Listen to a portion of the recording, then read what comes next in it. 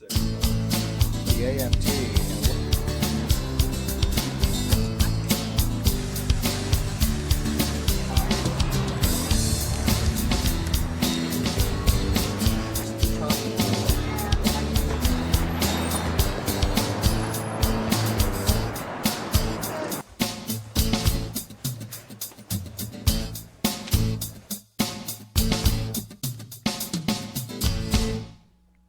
This is Brian Lehrer Live, where web video meets the issues, and where a serious mayor can get back at a snide comedian.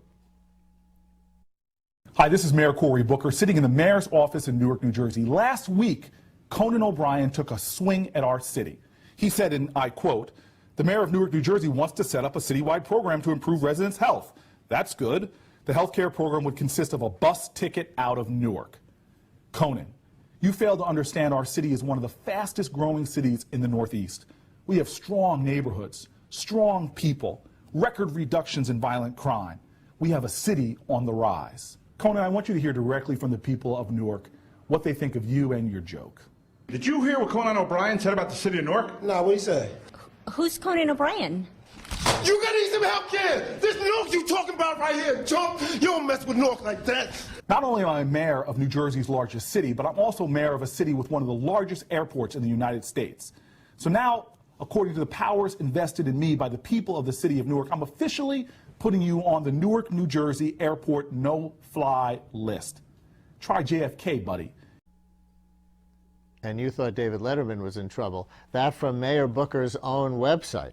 Also on tonight's program, healthcare legislation ready for prime time. Slate's Dahlia Lithwick on her socially networked novel and Judge Sotomayor's first week. Plus, Open House New York. This weekend we can boldly go where we are normally banned around New York City. And of course, our 5 weekly video picks, including the return of oysters to Oyster Bay. Behind me is Greenport Harbor, where we grow out oysters to maturity in cages. That's called off-bottom culture. And then in the direction I'm looking is a little creek called Widow's Hole, where we grow our seed out. Oysters, as they say in Brooklyn, and our 5 web video picks later on. But first, the healthcare debate, and it's an historic week. The Democrats are about to bring to the floor of the House and Senate legislation that at least will give subsidized benefits to millions of uninsured Americans and protect the insured from losing coverage. But huge issues remain, as there are 5 bills which must be boiled down to 1.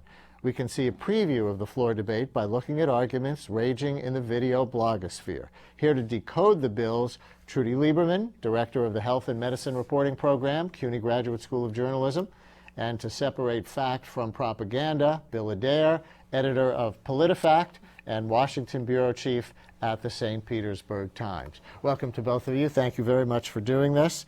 Trudy, where are we? What's about to happen on the floor? Well, very soon, I think we will see a bill that the members of the House of Representatives will have to vote on, and same in the Senate. But before that happens, we're going to have a combination of the bills. They're going to have to be put together. There are 2 bills in the Senate and 3 bills in the House, and they are very different. And so the leaders of each chamber are going to have to meld those bills before they can take something to the floor. And we'll talk about some of those devils and some of those details as we go along. A video. Let's look at a C-SPAN moment from YouTube. It seems like everybody wants to claim they are in the majority when they rail for or against health care reform. Here, for example, is Representative Keith Ellison, Democrat from Minnesota. Most doctors support the public option. This chart here, and I hope I can get a nice wide camera angle, both the public and private options, 63% of all doctors, they call doctors providers nowadays, but they're really doctors. 63% of doctors support both the public and private option. 63%, now that's a lot. Now you have another 10% of doctors that say, you know what, get profit-based health care out of our American system. We want public-only options. If you put all the doctors who believe in both public and private options and doctors who believe in public-only options, that's 73% of doctors. Doctors say they know the public option's better. All right, Bill Adair, your claim to fame is the truth-o-meter. Was there a slice of truth in that Keith Ellison pie? Well, the whole question about the public option is really difficult to measure. We haven't actually fact-checked the doctor's claim, but specifically the other claim that a lot of the Democrats have been making, like Ellison, is that there is huge public support for the public option, and they cite a variety of different polls. And it's a little tricky because if you just go up to somebody on the street and say, what do you think of the public option, they're probably not going to know what you're talking about. And so you have to give information about what it is. And so if you say, well, under the president's plan, there's a healthcare exchange, and under the healthcare exchange, one of the providers would be a government provider, and that would be an option, and that's known as the public option.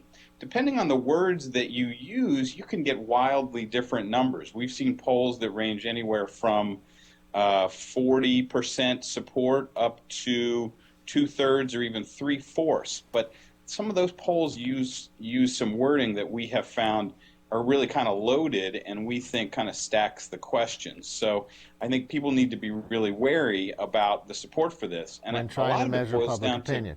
And you did fact-check a claim that the filmmaker Michael Moore has been making as he's been promoting his new movie recently, and that is that a majority of Americans want single-payer, government-payer-only health care. Yeah, we did, and we rated that one false on our truth-o-meter. The latest polls really don't show that, and of course there's a difference here between single-payer and a public option. Public option is what the Democrats have in the House bill that would be this government-run option within the healthcare exchange. Single-payer would be a system similar to what they have in Great Britain, where there would be one government-run healthcare organization. And Michael Moore, in some interviews recently, has said the majority of people want that. And but when we looked at the poll that he cited, we found that he was not citing something correct, and so we rated it false on our truth-o-meter. All right, another video, which, by the way, claims 80% of people support Obama's agenda in health care. This celebrity video with Will Ferrell is an example of a technique you see a lot in the video blogs, bashing insurance companies. Something terrible is happening. Something terrible is happening. Something terrible is happening. Something terrible is happening. Health insurance executives are getting a bad rap. As the healthcare debate heats up, We need to remember who the real victims are. Health insurance executives. People are saying a lot of mean things about health insurance companies and their executives, and it's got to stop. All right, Trudy Lieberman, that was a good snarky video. How much truth does it reflect? Well, insurance companies are doing what insurance companies need to do, and that's make a profit. We have a very for-profit oriented insurance system in this country. We do not have government-run health care. We don't have a single-payer system like Canada or Britain or France. And so insurance companies have to do certain things to make a profit. And it is what those certain things they're going to do that will be revealed in these bills that people need to be aware of. And Bill Adair, I think you also looked at this one with your truth-o-meter. That video clip was from the liberal group MoveOn.org. Is it true that health insurance companies deny 1 in 5 treatments that doctors prescribe for their patients? No, in fact, that claim actually was not from MoveOn.org. It was from another group. I believe it's called Americans for Healthcare Reform Now. The video was from MoveOn, yeah.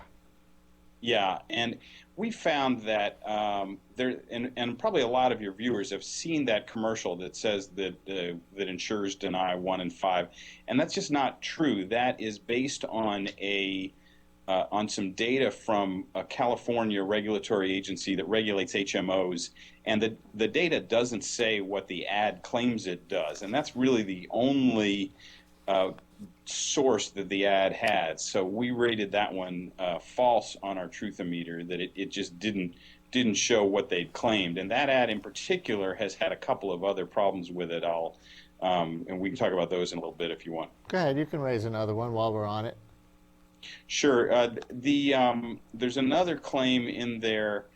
I'm going to call it up here while we're talking. That they say that. I'm having a difficult time finding it here. We can come back to it. Trudy, it seems to me that the Democrats are trying to sell us a contradiction, and I think it's confusing a lot of people. The contradiction is, we're going to give you more health coverage. We're going to give you insurance if you're uninsured, or see that you have the means to get it. And we're going to stop those evil insurance companies from denying you coverage or denying you these benefits. At the same time, they're saying, we're going to spend less on health. We're going to finally be the party that controls costs. This is a contradiction, isn't it? They're promising us more health care and less health care at the same time. That's exactly right, Brian. And what's going on here is that they're promising the moon without any serious cost control in their bills. The thing that makes the other countries' systems work is that they do control costs. They control the volume of services, they control the price of services, they rationalize care. And I don't mean ration care, I mean they use services a bit more wisely sometimes than we do. And so we don't have any of those things in those bills. There are several measures that people are saying will control costs, like health information technology, disease management, wellness incentives. All those things might be good, but they are very weak cost containment measures.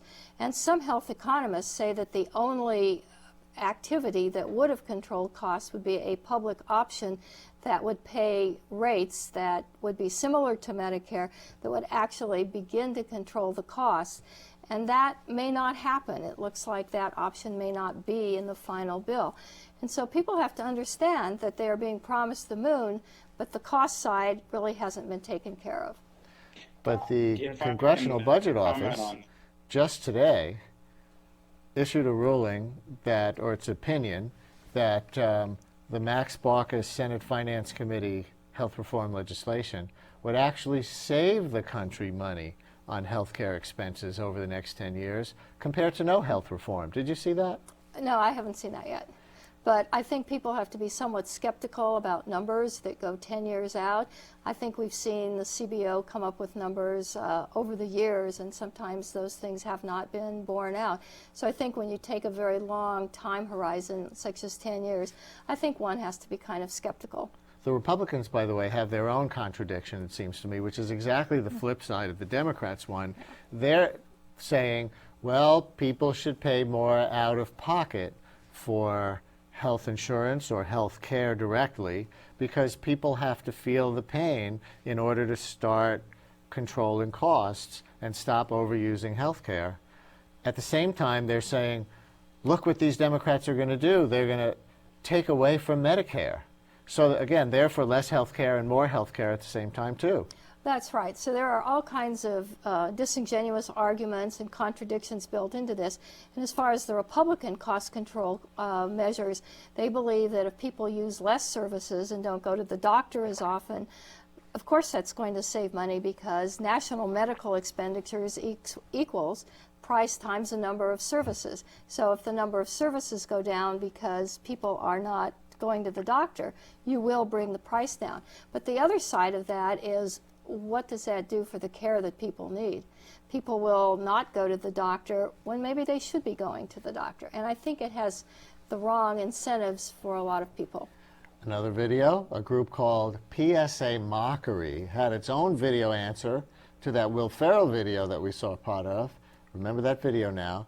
This one bashes celebrities.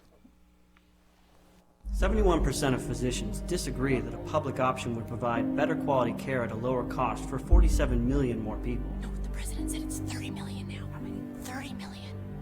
30 million more people. But when you think about it, what do doctors really know about healthcare, other than providing it?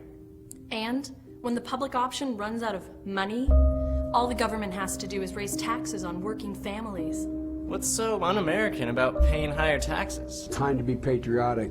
The federal government is huge. They need to take over industries that don't give away things for free. Believe me, money grows on trees. It makes sense. Politicians know how to make public programs work. Like Social Security. And Medicare. And special treats for Joe Biden, who's actually a unicorn. Nationalized healthcare gives you options. They can force you to buy their pre-approved plans, or you can pay thousands of dollars in fines. What? You want more options? All right, Bill Adair, we've seen the snark on both sides, and you've taken your truthometer to at least one of those claims that preventive care would save money in the long run, right? Yeah, we have. And this one, we actually fact-checked it initially when David Brooks said it on the Lehrer NewsHour, and then we sort of reversed the item when the president said it in a recent speech, his speech to Congress. And it sounds so logical. Of course, if you do preventive care, you would expect that that would probably ultimately save medical costs. But the reality, according to a lot of the studies, is that preventive care actually ends up costing more money overall because it takes so many tests to find the one person who has the disease that you can then treat and prevent from becoming serious, that actually in the long run the cost to the government is actually slightly more to do the preventive care than if you didn't do it. Now that doesn't mean you shouldn't do it, but in terms of cost, which was the president's point in his speech to Congress, that's not true. So we rated that one false. I have to say, it doesn't make intuitive sense. So if you get a screening, Trudy, for breast cancer, and you get early detection, this supposedly should cost less than if you don't get the screening and it's found much later when it's a much more expensive and deadly disease. I think the problem is that we have to think about the individual versus the population approach. And the studies that Bill refers to, and he's right on, that preventive care doesn't save any money, it actually costs money. And when you look at that over a whole population, you have to keep screening lots of women to find the one case of breast cancer. And for that woman, there will be savings if it's caught early and you don't have very expensive treatment down the road. But when you look at that for, over a population of all women, or prostate cancer screening, take any of these interventions, you find that the costs of finding the one, as Bill said, will be fairly significant. And so we have to decide as a nation if we're willing to make that investment. Another video. Representative Michelle Bachmann, Republican from Minnesota, fears abortion field trips if health care reform passes. Parents are going to be excluded from Planned Parenthood as they write these clinics because the bill orders that these clinics protect patient privacy and student records. What does that mean? It means that parents will never know what kind of counsel and treatment that their children are receiving. And as a matter of fact, the bill goes on to say what's going to go on. Comprehensive primary health services, physicals, treatment of minor, acute, chronic medical conditions, referrals to follow-up for specialty care. Is that abortion? Does that mean that someone's 13-year-old daughter could walk into a sex clinic, have a pregnancy test done, be taken away to the local Planned Parenthood abortion clinic, have their abortion, be back and go home on the school bus that night? Mom and Dad are never the wiser. Well, it's almost obvious what kinds of scare tactics she's using there as a sideshow to the central question in the bill. But Bill Adair, you know, John Boehner, the minority leader in the House, quoted Obama recently, who supposedly said on the stump when he was campaigning for president that abortion rights would be at the heart of his health care reforms. Did the president really say that? He did. Indeed, when you go back and look at what he said during the campaign to some groups, particularly to NARAL, he did indicate that abortion was going to be at the heart of healthcare reform, and that was confirmed by an Obama campaign spokesman. So I think we rated that one true when we did it. Going back to Michelle Bachmann's claim, though, we rated a similar claim by a group called Liberty Counsel, which had done supposedly done an analysis of the bill that claimed that your children will be indoctrinated and your grandchildren may be aborted. We rated that pants on fire on our Truthometer. It's just ridiculously false. When you look at the bill, it doesn't do what they claim. Now, abortion's been a very touchy issue, obviously, in the health care reform bill, and the Democrats have tried to make sure that the bill is, as they say, abortion neutral. And so what they've tried to do is make sure that it doesn't provide federally subsidized abortions, and that's something that we have found when Republicans have criticized it as being federally subsidized. We found that false. Right, but here's the Republicans' argument, that if all of a sudden the government is going to start giving subsidies to millions of Americans to go out onto the private market and buy the insurance that they're now going to be mandated to buy, right? They'll purchase it to some degree with government subsidies that go into the individual's pockets. And those policies include coverage for abortion, as many private policies do, then in effect the government is subsidizing abortion in a way that it hadn't before. So that becomes an expansion of government subsidies for abortion. Is that pants on fire? Well, the way that we've rated that one, and what we've tried to do with the Truthometer is try to just tell people what the bill really does and doesn't. You get into some judgment calls like that, and I think that's one where reasonable people can disagree. What we said was that does the Baucus bill provide subsidies to plans that provide abortion? Yes, it does. Does the Baucus bill subsidize abortions? No, because they have taken pains to separate the money and say that if you get a plan with abortion coverage, that the money that would pay for that abortion coverage would have to come out of your premiums.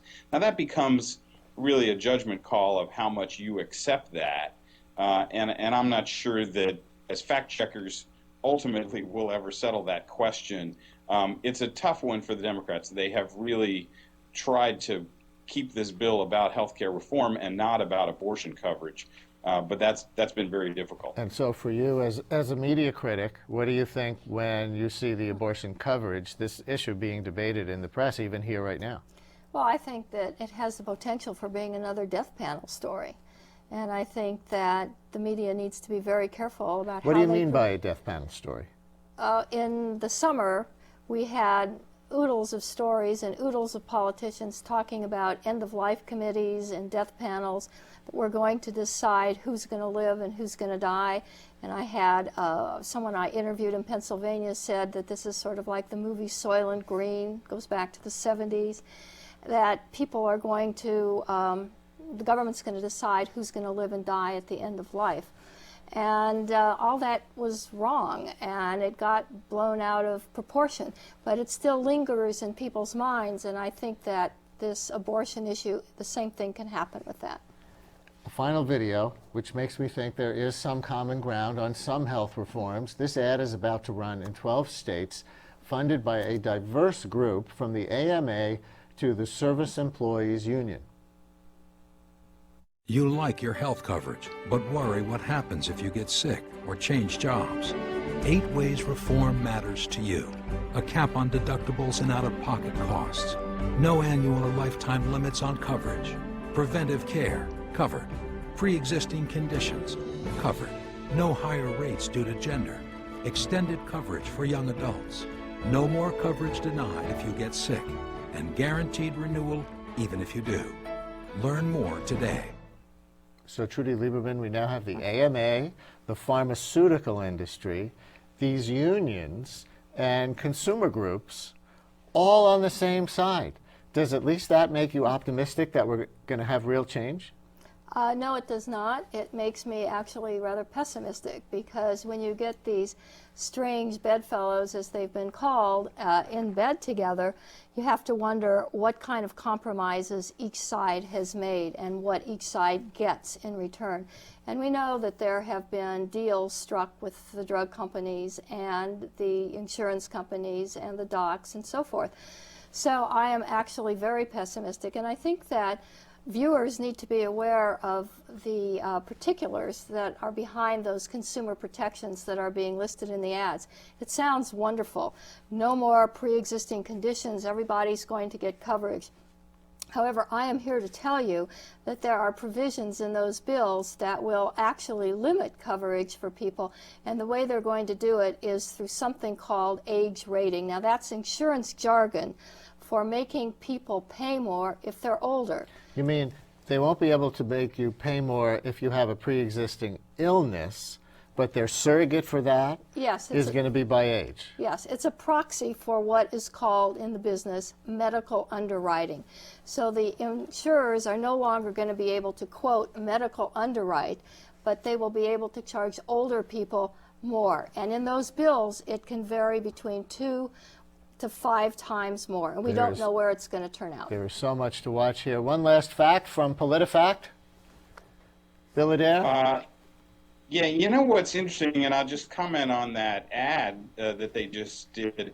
That ad very concisely, I think, and largely from what I could tell looking at it just for the first time, was accurate about what the bill would do.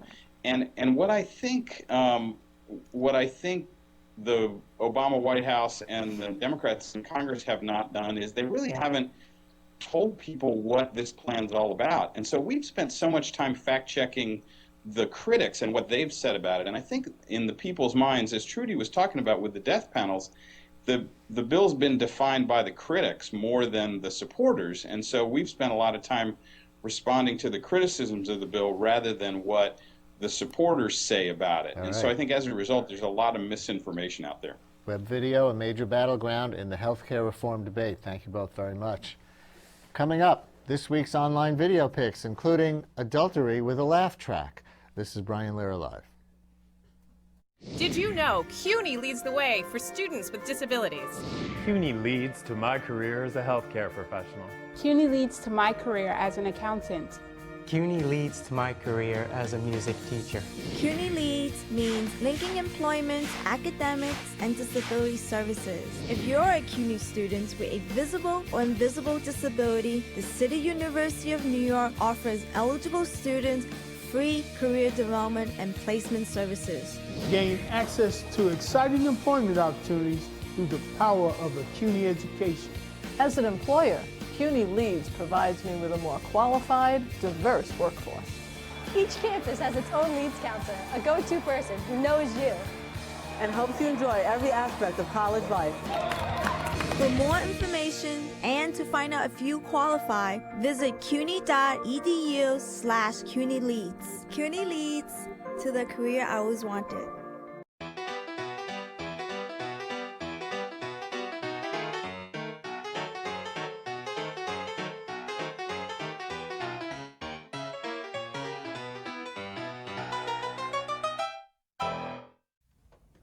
Oh, those boys are much too much. Those boys are much too much. We got the spirit. We're hot. We can't be stopped. We got the spirit. We're hot. We can't be stopped. We're going to beat them and bust them.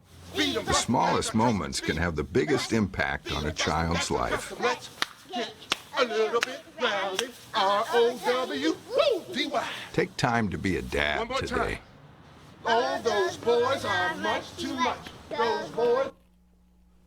This is Brian Lehrer Live, where web video meets the issues. Here are this week's online video picks. Number 1, you know everyone's talking about Google Wave, which has just been released, and you know you have no idea what that actually is or what it has to do with you. Here's the best web video shot we've seen at explaining Google Wave. It's from Epiphio Studios. Did you know email was invented 40 years ago, the same year as the lava lamp? So Google set out to rethink email. They took all the best features of these new communication innovations and they asked, what would email look like if it was made today? Instead of emails being passed along, Google Wave is a hosted conversation with only one copy that anyone can contribute to. So I can write A, B, and C functionality that I want to see happen in this website, and then I can invite my web guy to the Wave, and I can invite my boss too. And if we're online at the same time, I can actually see his replies in real time. He can drag and drop attachments, and then later you can invite the video guy, and he can replay the whole conversation with the playback tool to catch up. It's all really slick and convenient and not at all a monster. Okay, so now you understand it, right? And now you want Google Wave. Another thing we didn't know we wanted until some company created a desire. Just don't say you're going to use Google Wave with your cell phone. People don't have cell phones anymore. We have wireless devices. Here's an excerpt from Newsweek magazine's Brief History of the Mobile Phone.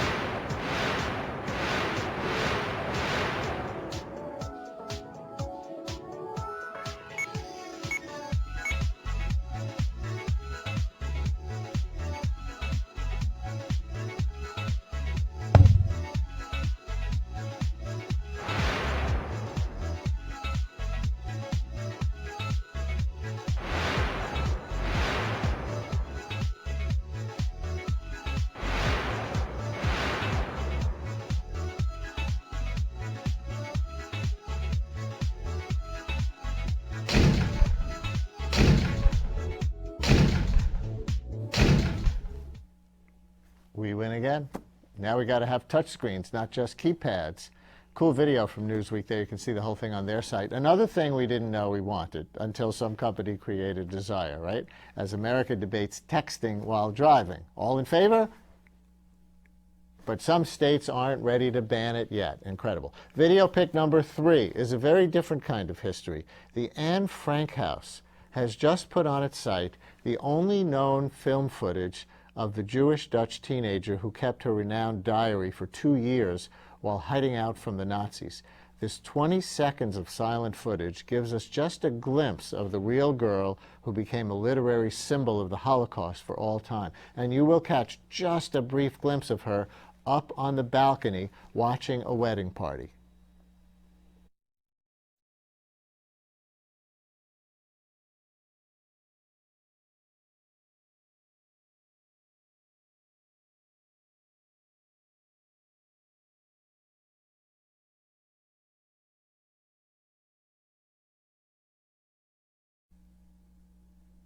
It's giving so many people chills just to see even that much of Anne Frank for the first time. Anne Frank died at the age of 16 in the Bergen-Belsen concentration camp.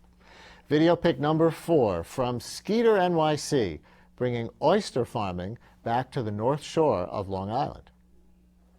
So there's something about the water in Greenport, something grows a great oyster. We sell about 4,000 to 5,000 oysters every week. We ship some to San Francisco and Las Vegas, Chicago, Des Moines, right? But mostly the bulk of them go into Manhattan. My mission, you know, if I have a bigger goal than trying to sell oysters, I would like to see more young men and women get in their boats and grow oysters. I'd like to see a lot more competition.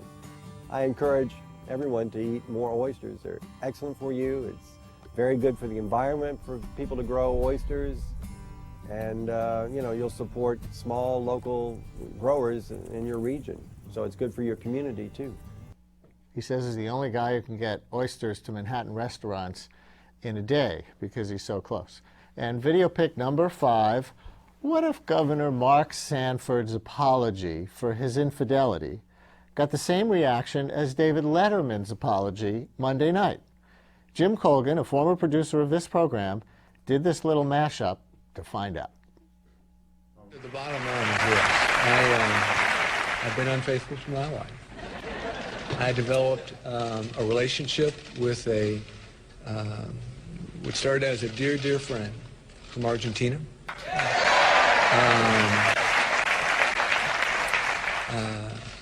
It began very innocently, as I suspect many of these things do, in just a casual email back and forth, in advice on one's life there and advice here. But here, recently, over this last year, it developed into something much more than that. And as a consequence, I hurt her, I hurt you all, I hurt my wife, I hurt my boys, I hurt friends like Tom Davis. I hurt a lot of different folks. and all I can say is that I apologize.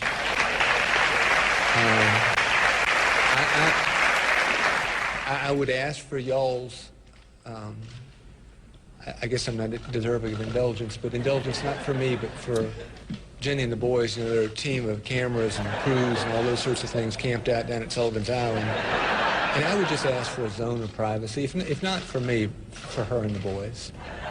As we go through this process of working through this, there are going to be some hard decisions to be made, to be dealt with. And those are probably not best dealt with through the prism of television cameras and media headlines. I'm committed to that process of walking through with Jenny, the boys, with the Tom Davises of the world, with the people of South Carolina, and saying, where do we go from here? Now let's see. Why did we find Letterman's apology funny? And those are this week's online video picks. This is Brian Lehrer Live, where web video meets the issues. Ever walk by a gorgeous historic home in the city or a cool high-tech building site and think, I wish I could get inside there and take a look? Well, one weekend a year it can happen. This weekend. It's an event called Open House New York. Founder Scott Lauer is here. Welcome. Thank you. What is Open House New York? Open House New York is a great way for people to get behind the scenes and learn a lot about New York's architecture, design, history, and cultural heritage by exploring sites in all 5 boroughs that are normally not open to the public. Now let's take a look at their promotional video because it gives us some wonderful glimpses of what Open House New York is all about visually. Open House New York weekend, October 10th and 11th. It's your backstage pass to New York City's architecture, history, and culture. From tunnels to towers, mansions to markets, substations to studios. Open House New York. Hundreds of free talks, tours, performances, and family programs in all 5 boroughs. Discover, explore, experience your New York City. Visit ohny.org to learn more. The video calls Open House New York a backstage pass. People would have recognized some of those structures in the video, not recognized a lot of the others. What are some of the choice sites that people usually can't get into that this weekend they can? We have some great new sites this year that are not normally open to the public, ranging from private homes in Brooklyn, the Slot House, which has won numerous design awards and was just completed within the last year. Another townhouse, 93 Nevin Street, has been noted for some of its sustainable features. We have the world's oldest subway tunnel below Atlantic Avenue, the Conservation Center at the Morgan Library, where they're restoring priceless works of art, and many, many more sites in virtually every neighborhood in the city. In the video, I noticed the Newtown Creek wastewater treatment plant. We saw the big silver globes. What makes that an interesting site to visit? Well, I personally think it's very cool architecturally. It really is a dominating presence in that neighborhood, and in fact in most of Brooklyn and Queens.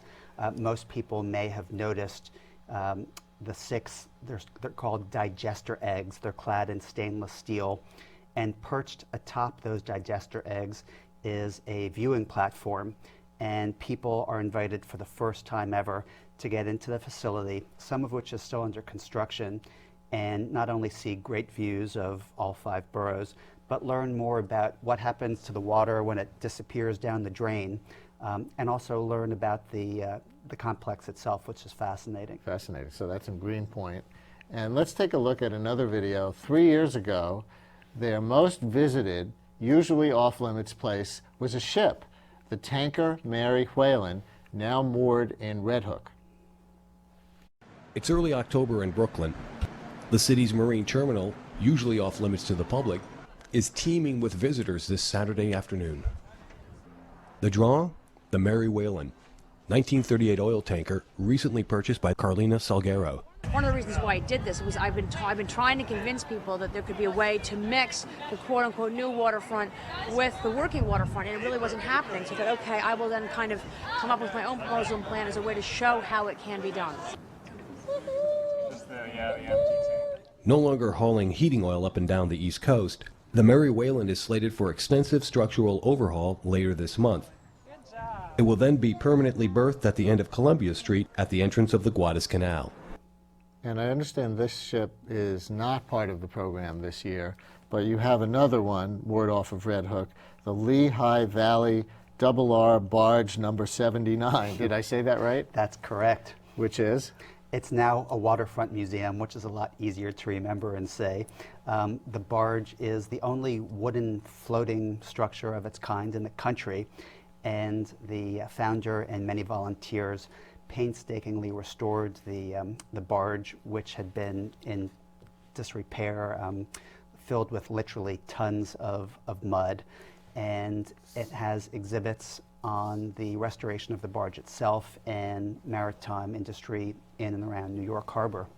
And if you're a fan of maritime structures, we also have the Lilac, which is a lighthouse tender ship, which is docked at Pier 40 in Lower Manhattan. And Open House New York isn't just about offbeat places, it's also about major cultural institutions and other locations that are architecturally significant. You want to enumerate some of those? Sure. I mean, how can you have an architecture event in New York and not feature Radio City Music Hall and the Chrysler Building and the Woolworth Building? You mean you can get into Radio City without a ticket? That's right. We have talks by Hugh Hardy, the architect for the restoration of the theater, and we have great talks in the other two landmarks as well. And I have to say that in addition to these buildings, which are very well known around the world, we also have historic landmarks in all 5 boroughs, mansions that people may not be aware of, but are a fascinating glimpse into the past, just as we have other sites that are really glimpses into New York City's future. I can hear the 8-year-olds of the world yawning. However, you have some sites that are especially kid-friendly, right? Absolutely. Wherever you live in New York, you're not far from an Open House New York family program this weekend. We have a family festival at the Center for Architecture, loads of activities for kids of all ages. We have a garden workshop at Wave Hill exploring the design of gardens. We have Mansion Mysteries, a suitably for the season tour at the Morris Jamel Mansion in northern Manhattan. There's a very cool green roof program at the Queens Botanical Garden and 20 or 25 other programs. And it's all on our website, ohny.org. So that's what people should do. If they want to participate, they should go to your website? They can visit our website. They can search by day, by neighborhood, by the type of building they're interested in seeing. Do you have any maps? Like, if you spend one afternoon, you can go from here to here to here to here? There are Google links, and links to some of the sites as well, which have their own maps and directions. How much does this cost? The great thing about it is that all 350 talks, tours, performances, and family programs are absolutely free of charge. No kidding, isn't that great? Who funds it? We have a diverse array of funders ranging from New York City Department of Cultural Affairs, Target Corporation, great media sponsors, and individuals as well. Open House New York. Give your web address one more time for this weekend's events. ohny.org. Good luck. It sounds great. Thank you. Coming up, Slate senior editor Dahlia Lithwick tells us about the Supreme Court's first week with Justice Sotomayor, they're back in session, and her new socially networked novel. Dahlia Lithwick is using you to help her write a chick-lit book. It's Brian Lehrer Live. Watch Canapé, the French cultural magazine show, Thursdays on CUNY TV. Mama was queen of the mambo, Papa was king of the Congo. Deep down in the jungle, I start banging my first bongo. Every monkey like to be in my place instead of me, 'cause I'm the king of bongo, baby, I'm the king of bongo bong. I went to the big town where there is a lot of sound, from the jungle to the city looking for a bigger crown. So I play my boogie for the people of big city, but they don't go crazy when I'm banging on my boogie. I'm the king of the bongo, king of the bongo bong.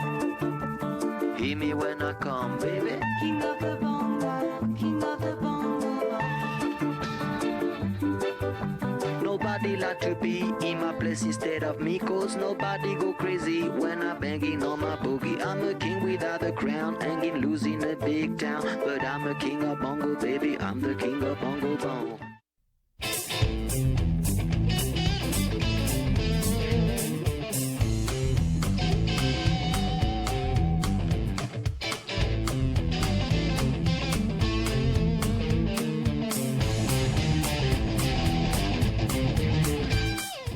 Ma, guess what? I went back to college.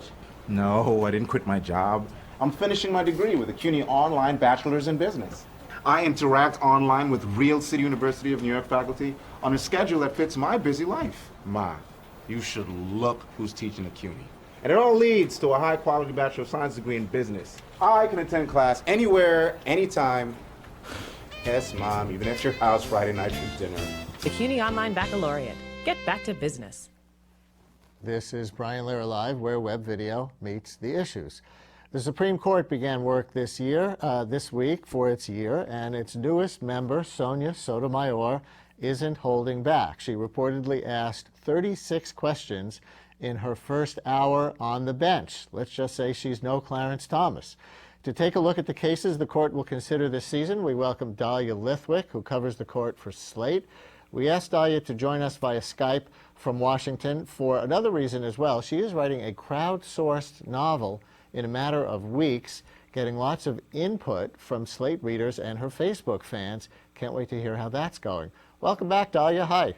Hi, Brian. Thank you for having me. So let's start with your beat first. How's our local Yankee fan doing down there? She's a rocket. She just, you know, it's so interesting, Brian, comparing her to Sam Alito, who's the sort of next newest member of the court. He probably held back for a year. I mean, he was not elbowing his way into argument, not in a meaningful way, until he'd been on the bench for at least a year. And she just, I mean, she had this reputation at the Court of Appeals, but she's just not going to be pushed aside. And it's really, really fun because the last couple of days it's been a particularly hot bench, a bunch of very, very exciting cases. And she's just been right in the thick of it. So maybe the other justices are going to do some rookie hazing to put her back in her place soon. Well, there's a tradition, I don't know if you know this, but at the court there's a tradition that the newest member, when they're all in conference and they're top secret and they're debating cases and no clerks are allowed, the youngest justice or the newest justice has to hop up and open the door. Anytime anyone knocks at the door, they're sort of the cabana boy. And so I think it's hazing enough to have to be the person who has to keep getting up and answering the door whenever anyone knocks. So I guess don't worry, they're putting her in her place. So what is she asking questions about? Are you getting a sense of her either ideologically or just as a justice and her style? It's a great question, and I think the answer is we're seeing exactly the justice she held herself out to be at her confirmation hearings, Brian, which means very fact-specific, very interested in the record before her, not airy-fairy, no big ideological sweeping issues, just real nuts and bolts, fact-based, narrow. You know, when she held herself out at her hearings as a kind of a neutral umpire who just kind of wanted to roll her sleeves up and get the job done, a lot of people, I think, on one side hoped she'd be more than that. People on the other side feared she'd be more than that. But she's proving to be pretty much straight down the line, fact-based, narrow judgments, right off the record judge. What's the most interesting case they've heard so far?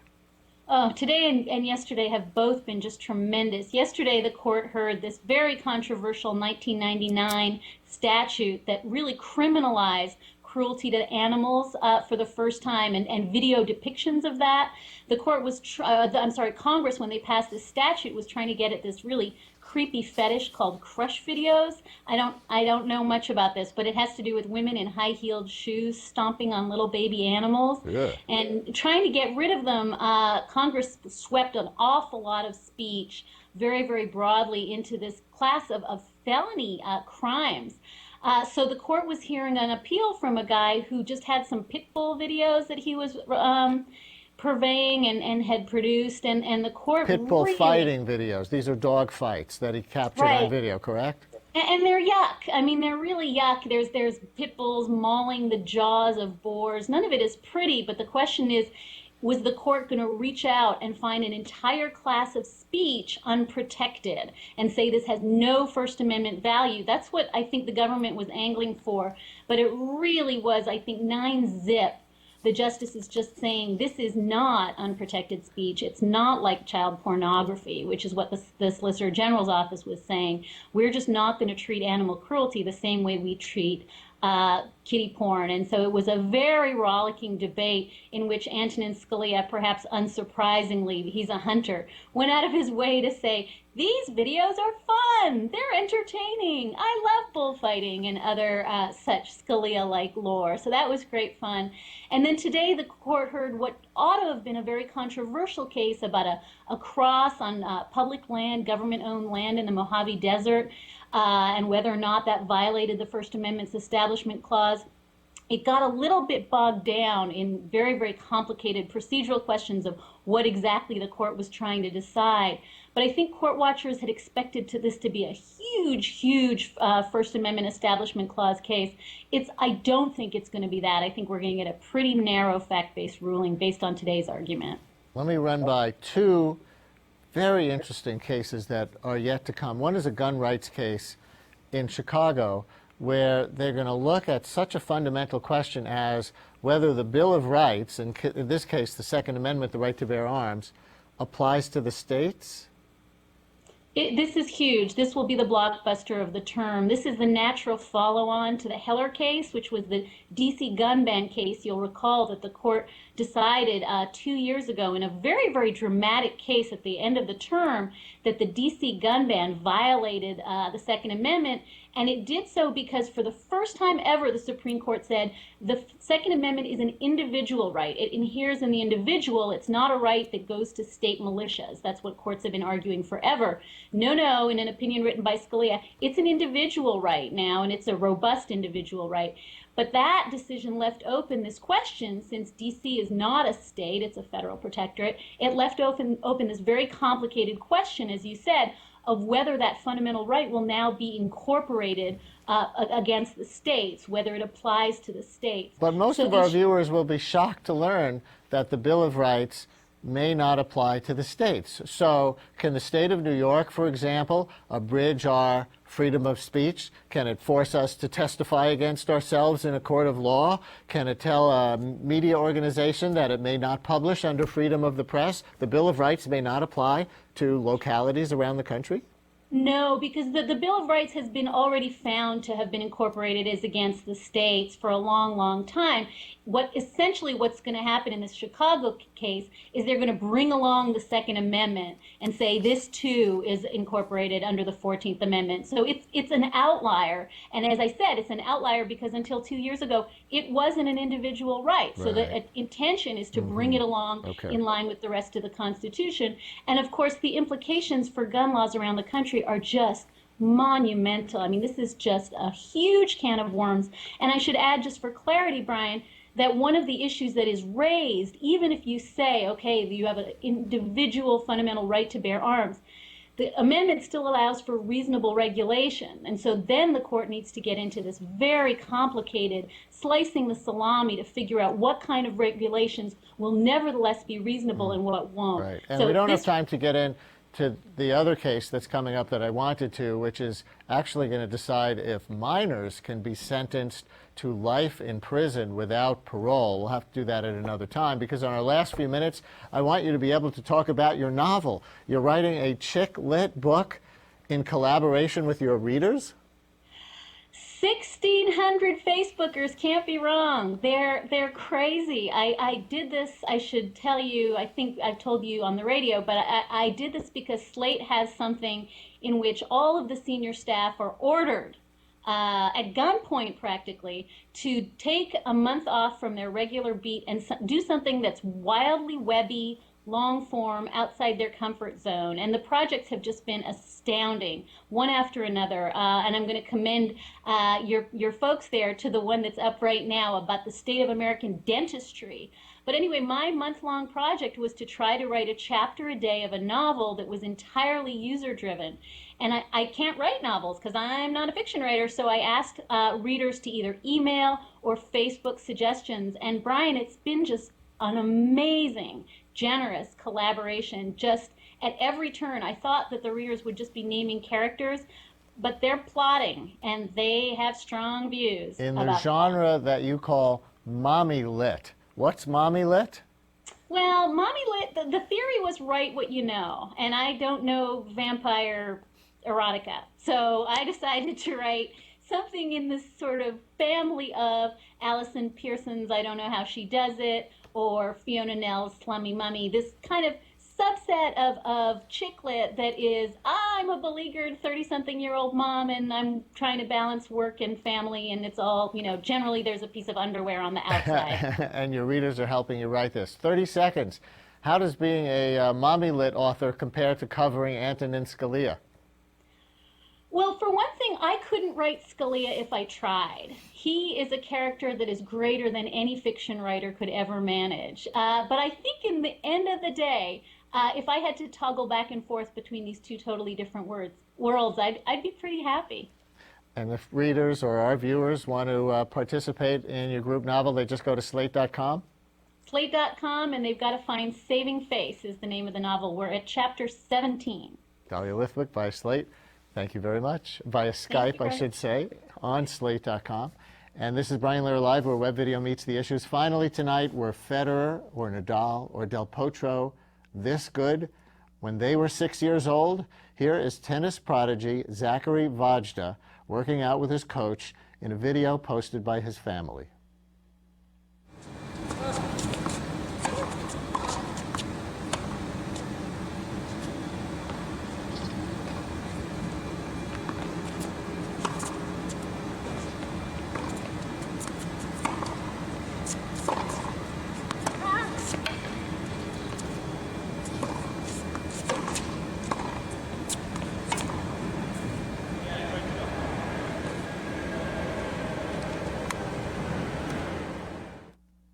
Okay, kid, but can you curse like Serena?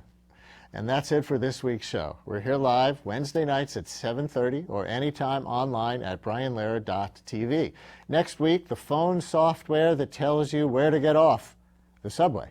And tune into my daily radio show, 10 a.m. on WNYC Radio. Tomorrow morning, how Google is mapping the flu. That's 10 a.m. on WNYC 93.9 FM and AM 820. If you're watching us live here on Wednesday night, it's 6-3 Yankees in the middle of Game 1 against Minnesota. Have a great night. 6-2, I should say. Have a great night.